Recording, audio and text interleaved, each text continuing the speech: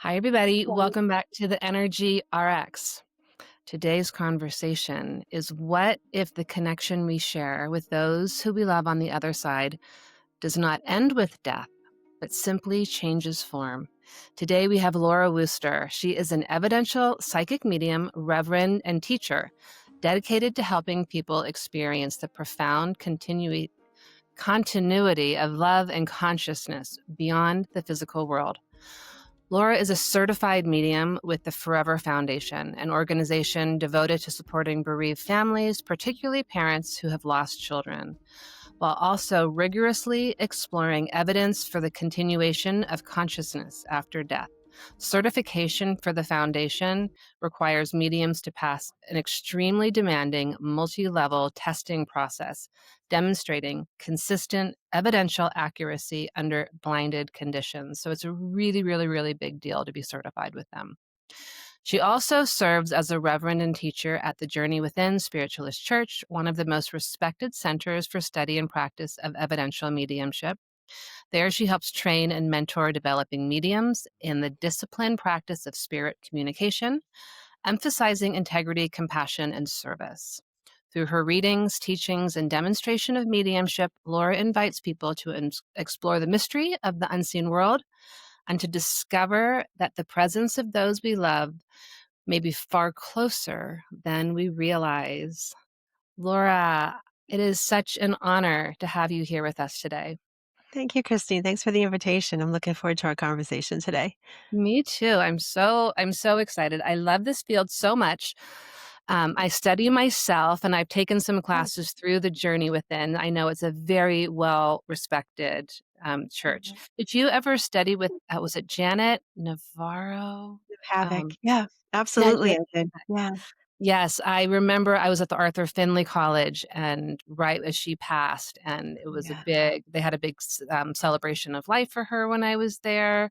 And so when I Wow. heard you were there, I thought, oh, you probably knew her, and she was one of the great mediums. Yes. Yeah. She's such an inspiration still to this day for everybody. I mean, it's been a couple of years since she transitioned, but so many of us look up to her for her dedication and connection to spirit. And so I'm always calling on her when I'm working, like, come on, Janet, come on and help us. Oh, Yeah. I love that. I love that. Oh, maybe she's here woven in somehow. I was Maybe. just out of the blue inspired to ask that question.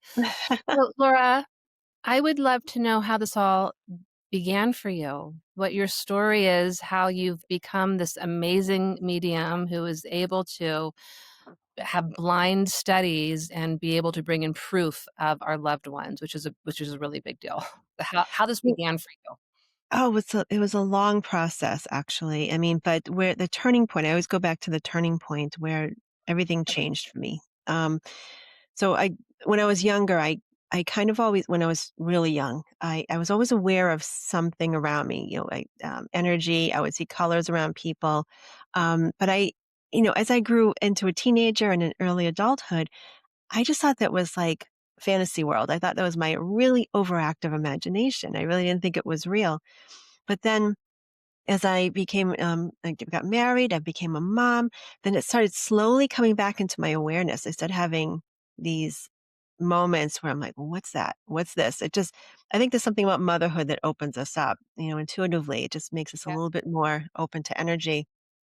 And, but then there was one point after my second child, um, I was dealing with anxiety and low grade depression, and I didn't want to go on medication or anything. So I wanted to go more, like I want to meditate instead. Let's see if I can just lift myself out of this and see if I can help with that, with the anxiety. And my blood pressure was up and everything. I was too young to have high blood pressure. So I started meditating for 20 minutes every single day. And so about 6 months in, I started hearing people talking to me from the other side. And it was like, and it seemed to suddenly happen. I'm sure it didn't because of the process of meditating and everything, but it just seemed like overnight this started to happen. So then I had to determine whether if I needed like mental help at that point, Yeah. or this was something that was real. I feel like I'm a very grounded person. I'm very logical. I didn't just accept it as, oh, I'm talking to spirits.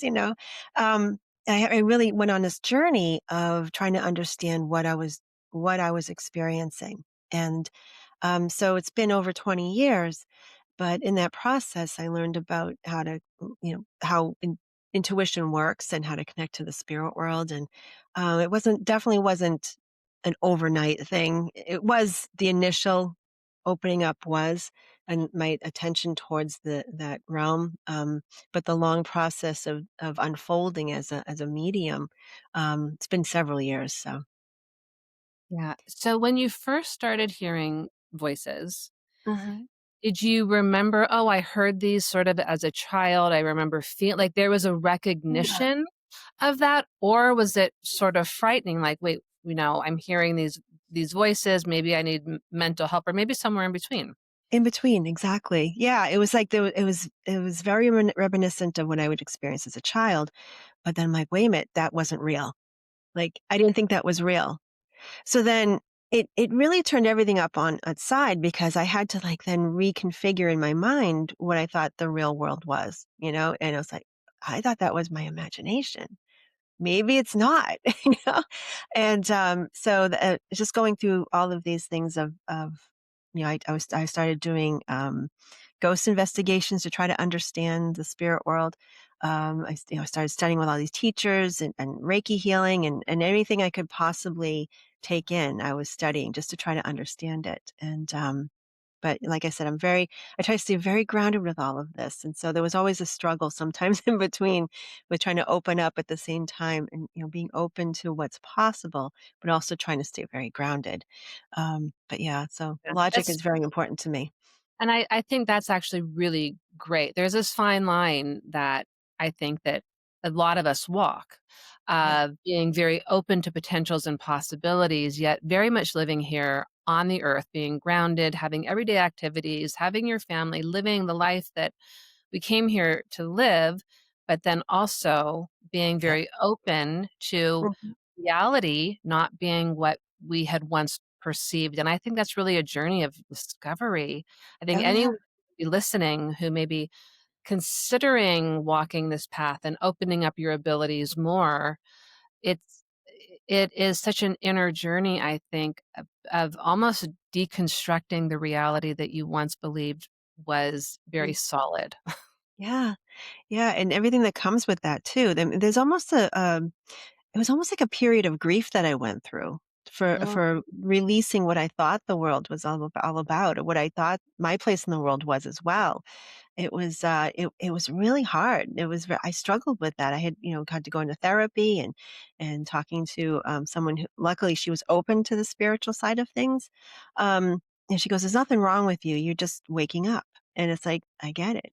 So, um, but there's something that comes with that sometimes people can fully embrace it, and sometimes people struggle with it. I struggled with it. And it's like the reality versus what I thought it was. That's a whole it affects everything. It affects everything. Not just the spirituality, but the connections with people. How are people gonna see me now? I see the world differently. I'm Mm. perceiving the world differently than I was before. I have to change because of that. I can't not change. It's just part of the process. Then all the people around me still going to feel the same way about me. And my viewpoint has changed about the spirit world and spirituality in general. So a lot of change, a lot of adjustments. Yeah. I am so glad that you just brought that piece up. I really haven't heard anyone else mention that, Hmm. and I think a lot of people probably feel that way of, Hmm. "Wait, I'm living my same life, but my reality is different, but everyone around me, the reality is the same. So I need to Yeah. figure out how to balance the new reality that I'm in with my family and my friends and the reality that they're in and find new pathways to that." Did you find that during that time that did you have any relationships that struggled with this new awakening for you, or were people accepting of it? For the most part, I don't think they weren't accepting. Excuse me. It was more of, I'm not sure what you're going through. Like, even if I described it, they're like, I'm not really understanding it. Like, how did you get to this point? How did this happen? Like, I didn't choose it. So it wasn't like it wasn't anything I could really describe that process to them or why. I was still trying to discover that for myself. So it was really hard to vocalize that to others. Luckily, my husband, he's an engineer, so he's very left brained. But I think through the process of watching how this has all been unfolding, he started to recognize, oh, there is the force. Like he's always now he jokes about it. He says, "Oh, is there a tremor in the force?" Like he uses it in his terms that he can understand, Yeah. But at first he didn't understand it. It wasn't that he didn't want to understand though, which is a big difference. I think sometimes people struggle with people around them who don't want to understand it because they're scared, Yeah. and they're nervous about what this means for them. But luckily my husband didn't really go there. He just was like, I don't understand it, but as long as this has to happen, or you need to go take these classes, then he gradually over time he started to understand why. So I yeah, but understand this story well because I'm married to someone who's very scientifically minded as well, and I actually really celebrate it because he challenges me to keep it very real and very grounded. Like, I need to be able Mhm, to explain it to mhm. him and my kids who are also all very science engineer people. And Yeah, so I wonder if I didn't have them as sort of sounding boards, if I could just go so off into ether, but it does help keep me really like, it keeps my discernment and keeps me yeah, grounded, so I'm grateful to have people in my life who challenge me yeah. with a lot of this. Yeah, I think it's great. I think we subconsciously seek these people out, especially because I feel like somehow we know we're going to go subconsciously on this track, and Yes, that we might actually have a deal with them on the other side to say, look, you're going to ground me in this life, and I'm going to expand your awareness on this side. yes, And here we are. yes, here we are. Yeah. We have these wonderful Yeah. allies that we come in with to help each other. Yeah. So, I listened to another one of your podcasts, and so you have all these voices coming in, but then you start like a book fell into your lap, or you Mhm. started doing some reading, and that I don't kn remember whose book it was, but something you read a book and you stayed up all night reading it or something, and that really was a pivotal point for you. Is that am I right? Yeah. Oh, you do your homework. That's wonderful. Yes. So in that moment that I talked about where it just seemed like all of a sudden I was hearing someone chat to me, and it turned out to be a family member I'd never met in my husband's side of the family. And so I spent like a week and a half just absorbing everything I possibly could to try to like, why am I experiencing this right now? Mhm. So I just happened to pick up a book that literally fell off a bookshelf at one point, John Edwards' book. And I was kind of aware of him. I'd watched him on TV, but I didn't understand it. It's like I kind of understood, you know, logically what he was doing, but I didn't really get it. Right.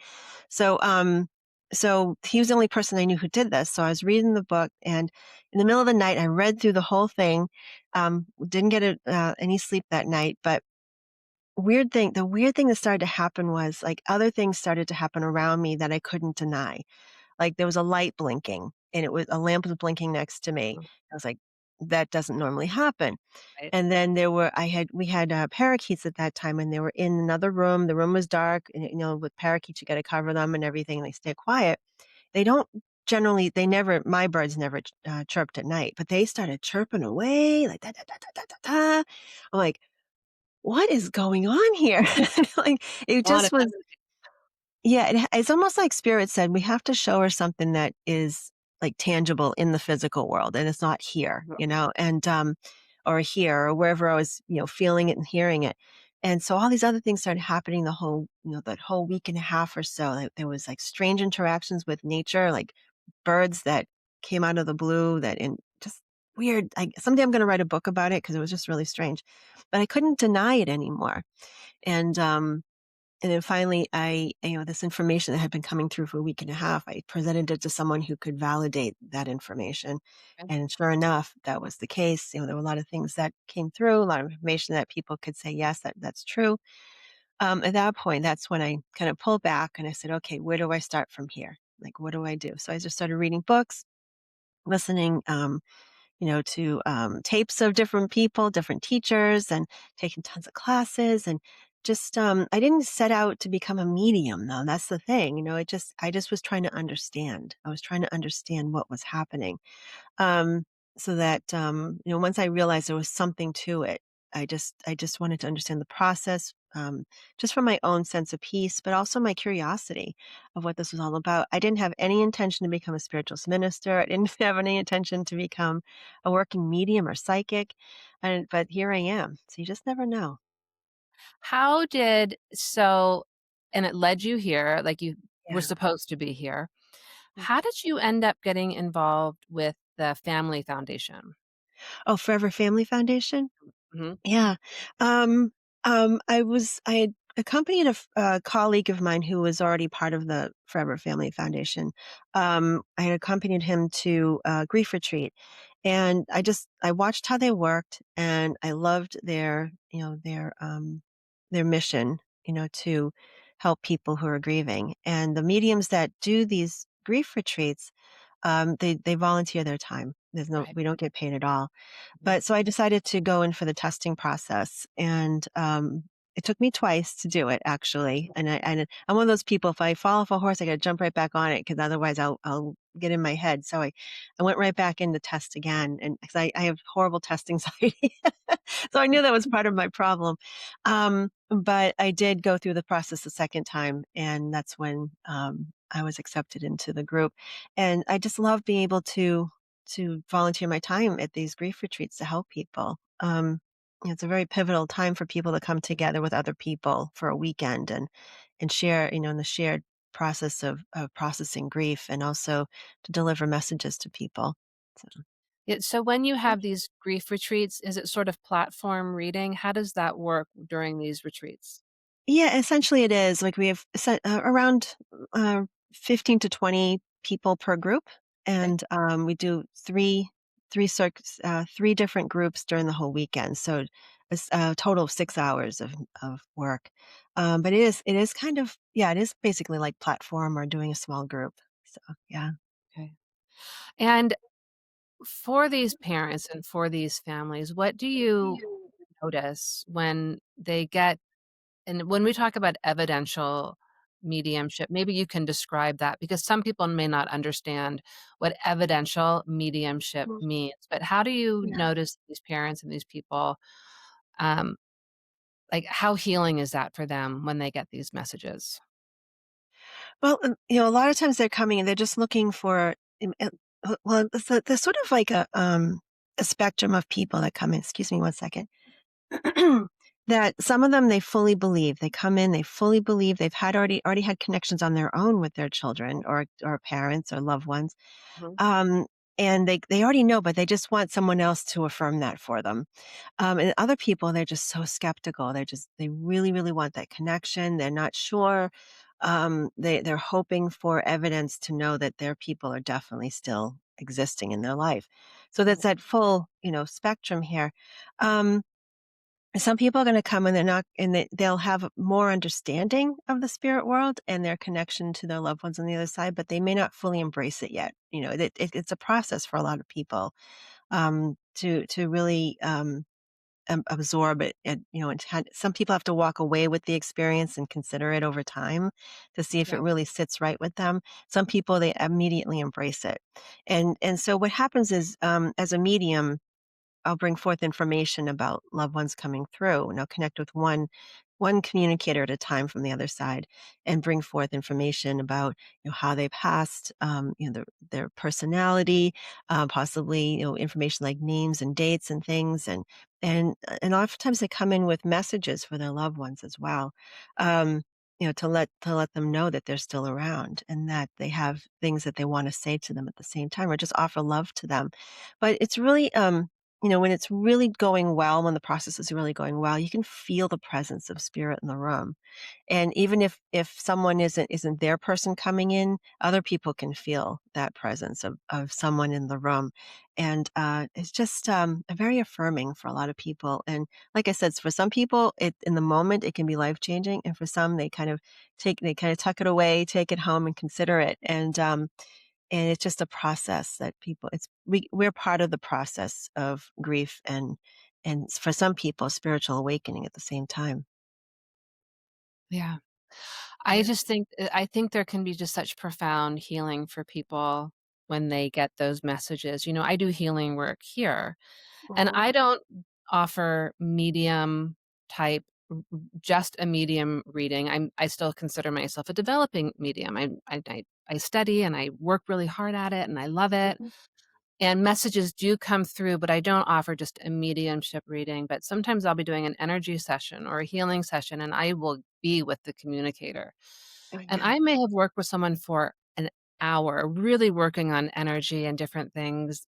And a small message from a loved one that's evidential, like the potency and the power of that message Yeah. was that's the piece that they really take because it's so meaningful when you Mhm. get when "Oh my gosh, my person that I loved Mhm. is here in this room somehow. They live on." And so I feel like it's something that's only going to continue to grow, and Mhm.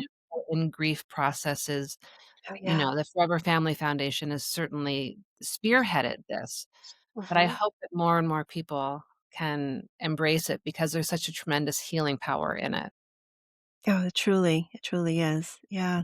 And it's all depending on, some people will embrace it. Some people it's a longer process and some people may never embrace that aspect of life either, and that's okay. Um, but what the good thing is that I'll never force anybody to believe anything or to embrace any aspect of this if it's not their thing.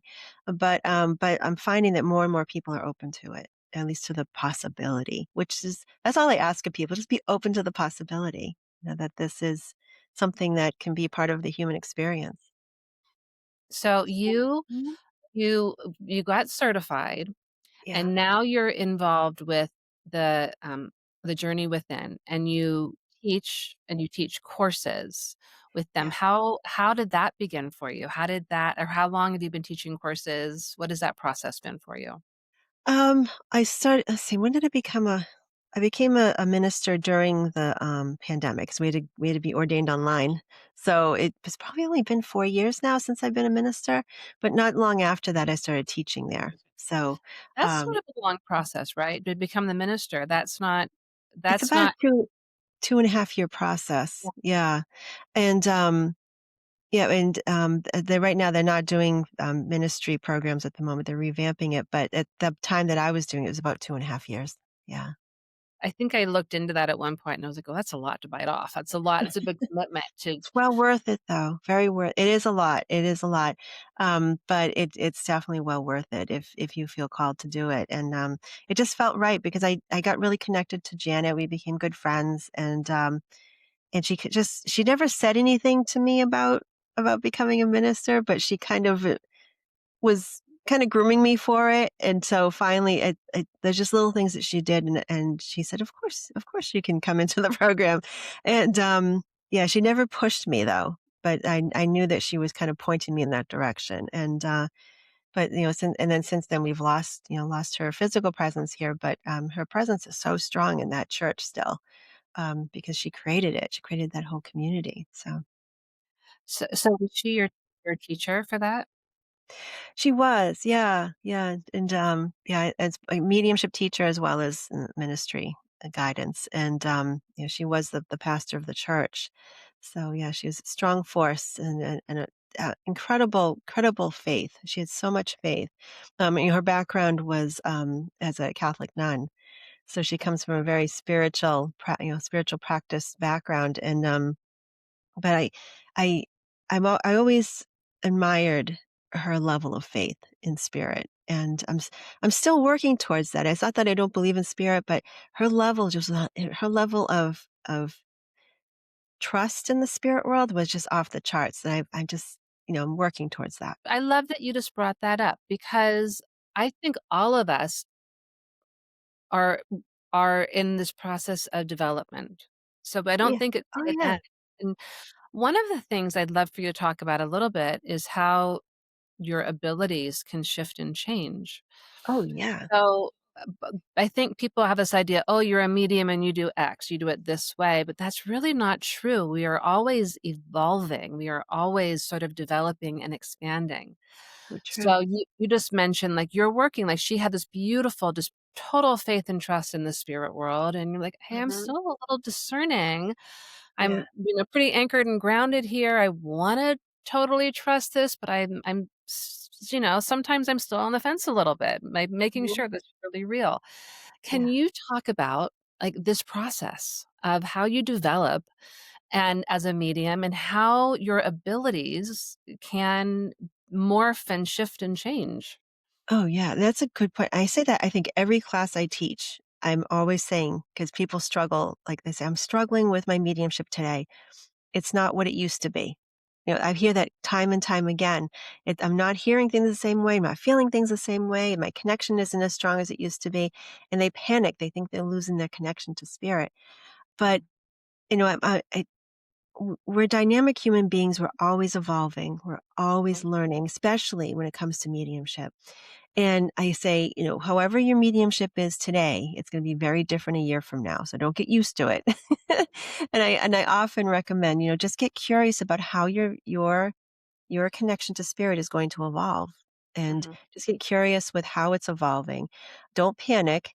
If you have to take a step back and maybe take a little bit of time off to readjust, absolutely. Don't let it come over, take over your whole connection to spirit. Some people panic so much that they shut themselves down. They don't even realize. But yeah, it's just a natural process for things to shift and change, and how we perceive spirit and how we receive spirit. And so it's important to remember that in development. Yeah. That's Yeah. such a good point. I mean, that the concept of non-attachment, I think, goes a Yeah. long way Yeah. in your mediumistic abilities Mhm. Yeah. because just allowing what wants to shift and trust it, like Janet did, Yeah. she did, and allow things to morph. And when we talk about mediumship and those abilities, it may be how you hear things or how you see things or maybe you smell things. So there's all these different senses and ways of your perceiving the spirit world, and Right. those perceptions can shift and change. Like, you may be very clairvoyant, like you're just seeing things all the time, and suddenly you're not getting those images, but you're hearing a lot or you're feeling a lot. I feel a Mhm. lot. Um, Mhm. so just allowing that movement Yeah. to happen. Yeah, exactly, and that's a good point. It's like, it does shift and change, and and sometimes we compartmentalize things a little bit too much, especially when we're just beginning development. Um, Mhm. it's like, "Oh, I'm clairvoyantly seeing this now," or "I'm clairaudiently hearing this now." It's like people are just trying to understand what that means for them. But eventually, as things progress, it's like it's almost as if you're seeing sound and hearing pictures. It's like it starts to morph together, and it can be very unnerving for people because it doesn't fit in the boxes anymore, right? And they're not able to say this is definitively clairvoyance or this is definitively clairaudience. At least that's my experience. Oh, interesting. And it's not the same experience for everybody, but it starts to morph a little bit, starts to become a little bit the wires. I'm not saying the wires get crossed, but I think it's the development of it, as it progresses and it becomes more of, it's almost like if you just gained your physical sight and your physical hearing, and you're learning how, spatially how that works for you, that eventually those two things start working together in tandem. You don't even realize it, but that's kind of what we deal with mediumship development and psychic senses. So it's fascinating to me, and I love watching people, like when they kind of turn a corner where they don't struggle with it as much and they just embrace the change and just say, "Okay, it is what it is today. I'm just gonna go with it." And then things really start to change for them. So I love teaching that.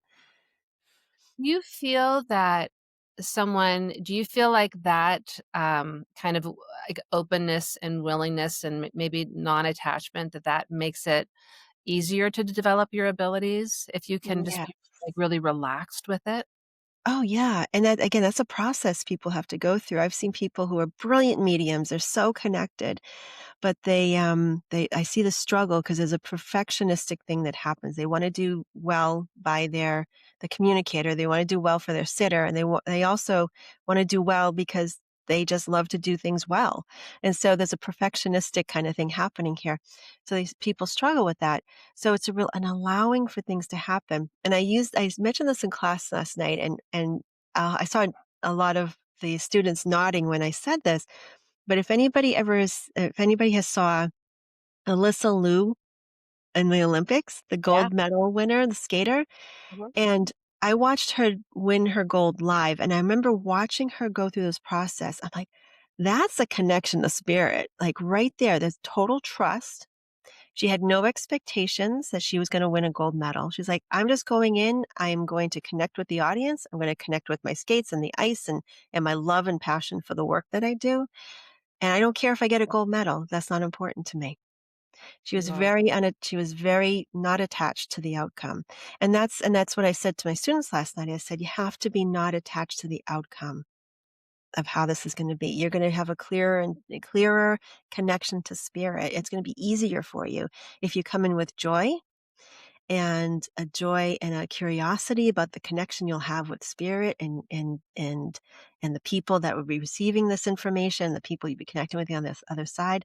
So look at Alyssa. I think it's Alyssa. I think that's her name. I think so. Um, yeah. Let's look at her like that's what working with spirit in a very connected way and very present, trusting way. That's what that looks like in motion. And so some people got it. A few people actually reached out and said, you know, I had the same exact thought when I was watching her skate.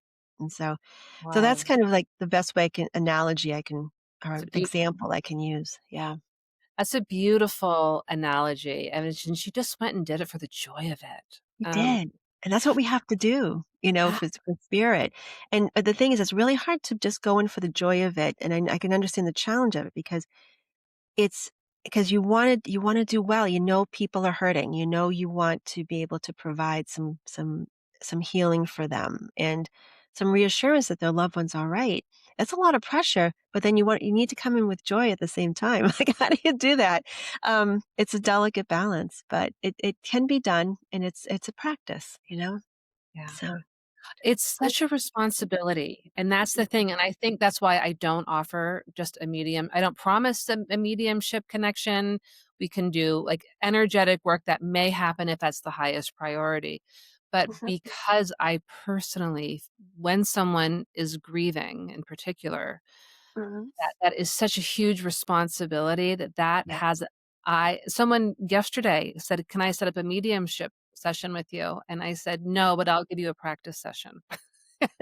Because That's a good thing to do, especially when you're building your confidence, you know? wow, I Yeah. just feel like there's such a huge responsibility to the person who's grieving and to the person, and I don't think what people a lot of lay people understand is the responsibility to the spirit world. That I Yeah. am delivering the messages because you are the voice for the spirit world. I'm delivering. I'm accurately delivering what you're intending to say, and that is a tremendous responsibility. It is. Absolutely it is, and it's scary, because you wanna do so well, and it's such an honor at the same time, and it's just such um, there's a lot of responsibility, like you said. I totally agree, and the other thing too is that, um I don't think people realize that it's not something you just turn off and on, like, and always be the same, like, consistent, Mm, because there's so many different variables. And again, that's something I often teach in my classes is that we can control how we prepare for that connection. We can control, how we meditate, how we get enough rest. If we know certain foods make us a little bit off kilter, we avoid those things. At least in my case, that's the case for me, but maybe different for other people. How we prepare for that connection, we have control over that. right, And we have control over our intention as as we connect to spirit. There's other things we have no control over. And that's one thing is the person receiving the message, their right, expectations of the connection, mhm, the energy that they have that they bring into the space. Also the bigger picture here of the purpose of people coming in to communicate. We may want this connection to happen, but spirit may have different ideas of like, we're going to bring in something different. We're going to bring in different people. Um, or this isn't happening today. And they seem to have a bigger perspective or a broader perspective of if this is necessary or not, or is this in the best interest of the people involved here? And sometimes people don't see that, or they're not able to see that, and they just think we be able to sit down and just like a robot kick things out, just dance, dance, dance, kick it out. Doesn't always happen that way. So yeah, so that's the thing. That's one thing I think a lot of people don't understand who don't do this work is that there's way too many variables in play here that sometimes it's just not meant to happen or is not meant doesn't happen in the way people expect it to. So how do you deal with expectations like that when it comes to your healing work? When I well, when it comes to healing work, it's different because it's not a specific message. And I think with the Mhm. mediumship reading, it's like, oh, I have to bring a name and an address and bring these very specific as an example of evidential work. Right. So I have with healing work, it's like it's psychic, it's it's spirit, and so it's bringing through frequencies, and so you're opening up and allowing the Yeah. energy to move through you, and so and it's collaborative, and so Yeah. Just like there's mediumship. Yeah. Yeah. I Yeah. don't find any pressure with that at all because Mhm. it's really joyful for me, Beautiful. but Yeah. I think I don't feel any pressure with it. Mhm. I don't feel like I have to say I have to give their dog's name growing up. I have it's not so narrow, it's very wide, it's very expansive. Yeah. So I think because I'm so much more relaxed with it probably, right? So part of the mediumship problem is I'm not fully relaxed because I feel the pressure. And so Yeah. I'm Yeah. still working like you were saying how I wanna totally trust the spirit world. I still am working within myself of just totally trusting the spirit world to bring the information in. Where I've Yeah. done energy work for 30 years, and so I'm really fluent with sort of the frequencies and energies and how that works. Right. Um, with the mediumship piece, I get more nervous about it, and one thing I find, and I wonder if you've had this experience too, like, so I go to the Arthur Family College and study, or Wonderful. online, remote, Mhm. and I have found, like, when I'm practicing with people, Mhm. that some people are really easy to give messages for. And Yeah. it's not just the information coming through, but it's like the connection to the human in front of you. If they're very open, Mhm. then it seems to flow more. And Yeah. so I think that's another thing that makes me nervous. I think, oh, if I was in advertising as a medium, I don't want to get a bunch of skeptics who are really closed off because Mhm. I feel like it's harder to bring messages through to people who are just more closed off. Do you find Mhm. that? Yeah, I do find that from time to time, especially when people come in, they wanna believe, but they're not sure. They're very protective of their logic, which I understand. I mean, I work in the Boston area. We got a lot of scientific things going on around here, right? So, Yeah, a yeah. very very left brain people. Mhm. So, I'm kinda used to that now. People kinda like, I'm open, but here we go." But it is a circuit. I think of it like an energetic circuit between the medium, the communicator, and the sitter. So if that when all of that is in, you know, fairly even frequency, it flows. The information flows through. The loved one is like right there. They can feel them. They're open. We're laughing, everything. But then if one of those things is just a little bit off, someone might be like you said, really questioning. What am I doing here? Maybe they're just not feeling well. It may not even be a sense of like not believing, but they just may not, maybe they came in at a rush hour of a 2-hour drive to come see me. And they're just like, huh, they're very, Yeah. not there. So there's certain things that as a medium, I'll do the best I can to kind of bring their energy into alignment to give them a few moments to relax, offer them a cup of tea, have a little chat, so they can recognize them. My head's not going to spin in the process of doing all these things. And I'm not going to levitate. Mhm. All these things that they might be thinking about. Like what's going to happen? And that recognize that I'm just a normal person, and I'm not. We're here for good stuff. And so that aspect, I try to take care of, to help sort of bring the energy into alignment. Like I said, it's an electrical circuit in a sense. Um, but sometimes it just people just aren't there. They aren't there are ready for it, and that's okay. And what I will say too, and this especially to students that kind of really struggle with that. They're like, this person didn't really seem like they believed. I did the best I could. I felt the evidence was decent. Maybe it wasn't my best, but however, and they get very discouraged. And I said, but you don't know that connection that you've had with that person, even if they kind of shrugged it off or had their arms crossed, that it just moved the door just a little bit for them to just even consider. Like it for them, it might be a really big thing, for this experience to just kind of push the needle a little bit for them so that they continue to try to uncover what they need to uncover as far as evidence that they need that this actually exists. So even if we don't get the response we're expecting, it doesn't mean we didn't do good. That's how I see it. Um, I I love that you just said that, and I have never heard it described that way, that there is this circuit between you, your sitter, and the spirit world, and that yeah. it really does it's to have a really open, expansive conversation. Those lines of energy should be, really flowing and aligned. Mhm. So, that's really great information, and I think for people who are listening, and if you are gonna go get a reading, to consider that, to really, to have a maybe a little meditation or do a little something to come into, kind of balance within yourself before getting a reading. Maybe you'll probably get a better reading. Yeah, and also let go of, like, really like, I definitely believe in people calling in their loved ones, say, "Hey, I'm gonna be meeting with this medium at 3 p.m." It's like, "Come on in, I wanna chat with you." But then other people may do a similar thing, but it's almost like they're willing them in. Like like they're pulling them in and forcing it to happen, and it's a very different energy, It's same intention, different energy. So, I've had people sit with me and it's almost like they sit down and I can almost see them doing this, like, come on, mom, come in, talk to me." But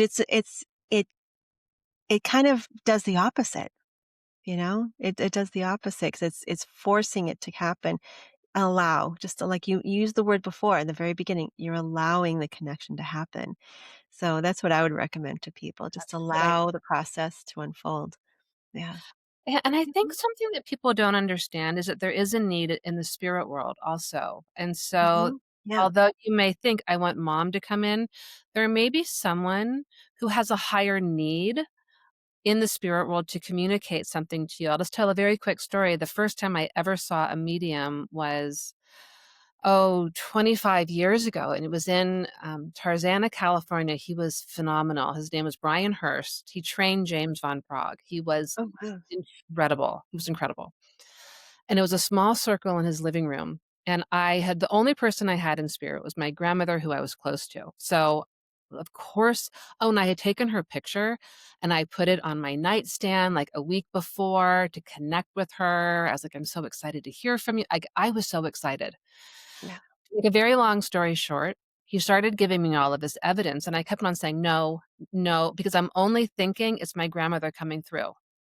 And he's giving me incredible evidence of this person. Mhm. I keep on saying, "No, no, no," in front of this group of 8 people, and by the way, this man was saying, like, this one woman's husband was, like, he gave the name of an island in the Philippines, like, he doesn't speak Tagalog or whatever the language is. He gave the most incredible information. I am here saying, "Nope, nope, nope, nope," Yeah. and it was a friend of mine who died. I Mhm. was so locked in Yeah. to my grandmother coming through, that this incredible medium, I'm saying no because I only have my brain locked in on it possibly being one person. Yeah. And I was helping take care of this friend's daughter. And Yeah. she had really important things and she gave anyhow, it ended up being beautiful. I cried. It was incredible. But it took me so long. He literally said, "We're gonna stop and we're gonna wait for you to remember this piece of evidence." He was so confident of his information. And so Right. I'm standing there, like he told me I had just read the book Pocahontas. I'm like, "No, I've never read the book Pocahontas." I literally said that. A month before I had read Pocahontas to my friend's daughter. It happens to the best of us, right? So all of a We sudden, psychic amnesia, yeah. Mhm. amnesia. So what I'm saying Yeah, is, for those listening who haven't seen a medium, just have a really open mind because that's helpful. That's a really good point. So would you say for yeah. people who are getting a reading to bring their journal and write things because maybe they're not understanding, but there's information they can validate somewhere else? Absolutely. Yeah, just like you yeah, like, if you didn't get it that day and you wrote down Pocahontas and then you went home like, "Oh, wait a second," you've seen the book over there and you see Um, yeah, so I think there's something I mean, obviously we record too, but, there's something about writing information down that clicks in people's minds. So I'll just say, "Just write it down," and then they go, "Oh, wait a minute, I just wrote it down. I understand who that is." And it's the process of writing it down. It makes them present for a moment to pause and actually consider what they're writing, and that sometimes it just clicks. And, but you're right, I think the expectation, we get so, like, focused on this, and it happens to everybody. Yeah. I have a friend of mine, the same thing happened to him. His mother came through. He's like, I didn't live on that street. And his brother's like, what are you talking about? It's like, yes, we did. And he just it totally went over his head.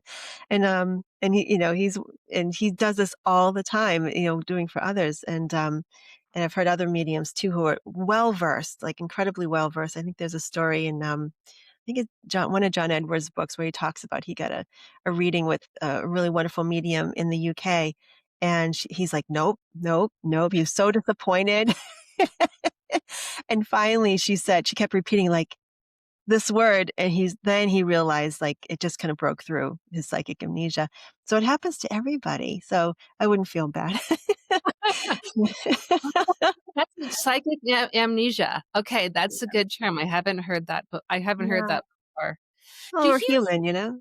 Yeah, we are all human. We are so, do you feel like now we're talking about the other side. You have so much experience. You have so much validation for the work you do with the other side. Do you feel like our loved ones on the other side, do you feel like how involved do you feel like they are in our lives? Even I have this sort of confusion. I'm like, you hear they sort of have jobs and they're doing their thing, but then they're also here. Like, what are your feelings on what it's and I know you can't answer definitively, but your feelings, like My sense, ho yeah. your sense of what life on the other side is like and how this whole thing works. Yeah, that's from just gathering information and listening to people who've had near death experiences, and also how spirit communicates, through to the people that I do readings for. Kind of bringing all that information together. The best way that I could describe potentially what the Mhm. spirit world is like is that we're multidimensional beings, that we can be in more than one place at one time, doing more than one thing at one time, existing in different places at the same time, having different experiences. That's my sense. They don't That's the only way that describe they can at least, explain some of the experiences people have Yeah. had with near-death experiences. Um, but also, I do think we have things we need to do on the other side. We have jobs to do, that, sometimes people who started their work here as a teacher, they end up teaching on the other side, maybe not literally standing in a classroom, but there's some aspect of that, however that translates to the spirit world. I think that happens a lot. And the influence that they have for us, they can't tell us what to do. They can't force us to do things that we have free will. They can't make us do anything, but they can nudge us to do things. They can nudge us to like maybe they can maybe suggest something. Um, and we just get the impression that someone is pulling in close and kind of nudging in this direction or the other direction. I do feel like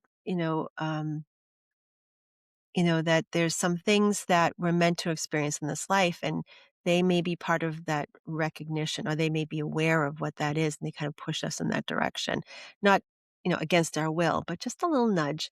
But then there's times when people have come to me and they said, I've been begging my parents to give me some information about the situation with the family.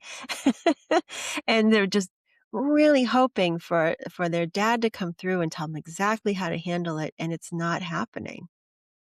It's just not happening.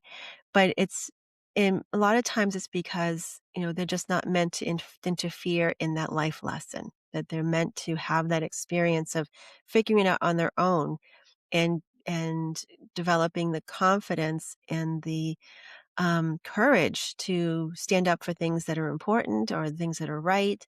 And not to blame it on their because dad said. That's a whole other thing. So yeah, so there's so many different ways that spirit can still exist on the other side and also be present here. Um, and I think it we have to kind of let go of our expectations of what that should be and allow it to be what it's supposed to be. So, Yeah. yeah. Yeah. That's a great answer. Thank you. Thank you for that. And I Well, know we're nearing the end of our time, but I know you talk a lot about signs and synchronicities with spirit. Like, how would you have people maybe be more open to receiving sort of their own messages from spirit or signs from spirit? Are there some ways that people can like increase the frequency of that almost? yeah, yeah. Well, first of all, let go of expectations of that. Some people really, really want certain things.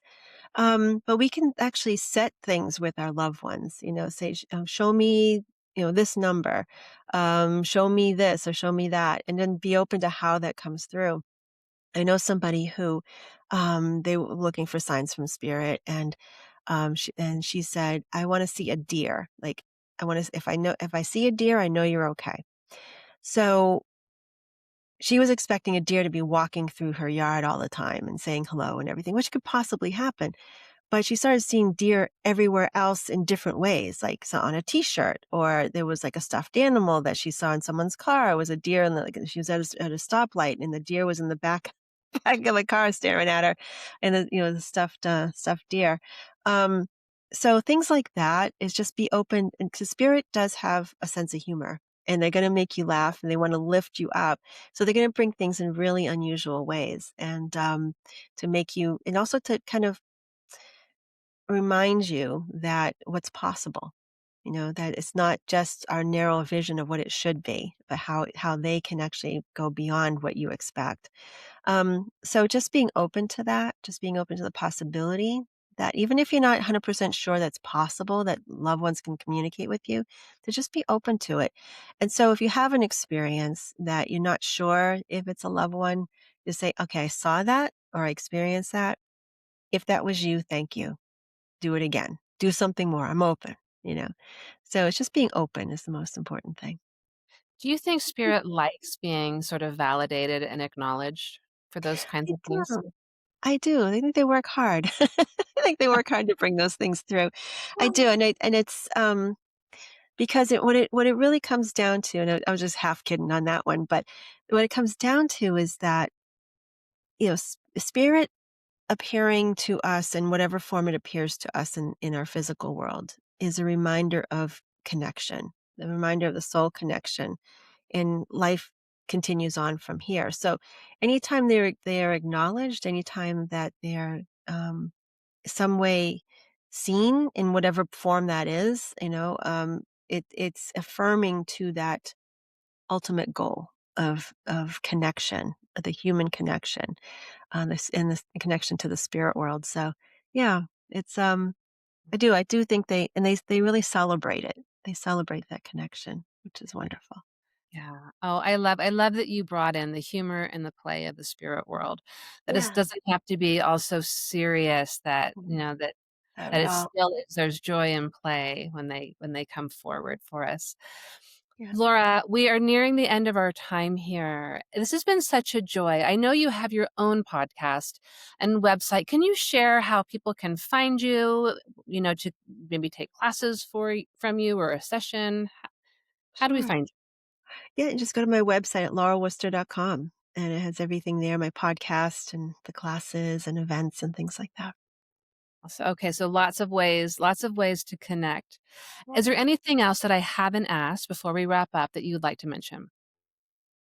Um, yes, one last thing, and just because a lot of people ask me about this, and there's a lot of fear going on right now, given the state of the world at the moment, and people just feel really unsettled. Even people who are typically grounded people, they're feeling incredibly unsettled.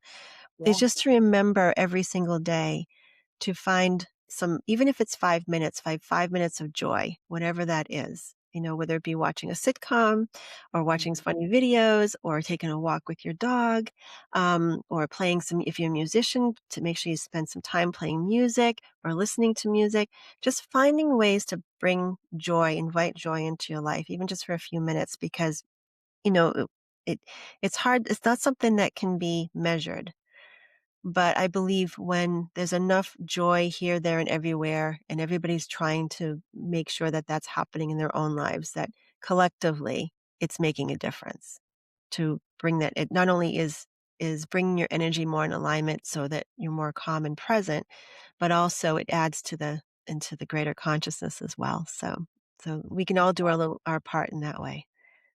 Thank you for that. That's a really important reminder because it's a very Mm, scary time yeah. and that can throw all of us off kilter. So allowing Mm, yourself and gifting yourself that time, even 5 yeah. minutes to be in joy. Yeah. Laura, thank you so much for coming Thank on you. today. I Thank you for the really appreciate time. your generosity of your time. And everybody else, thank you so much. Please hit like, subscribe so this content can get out to more people. See you next time.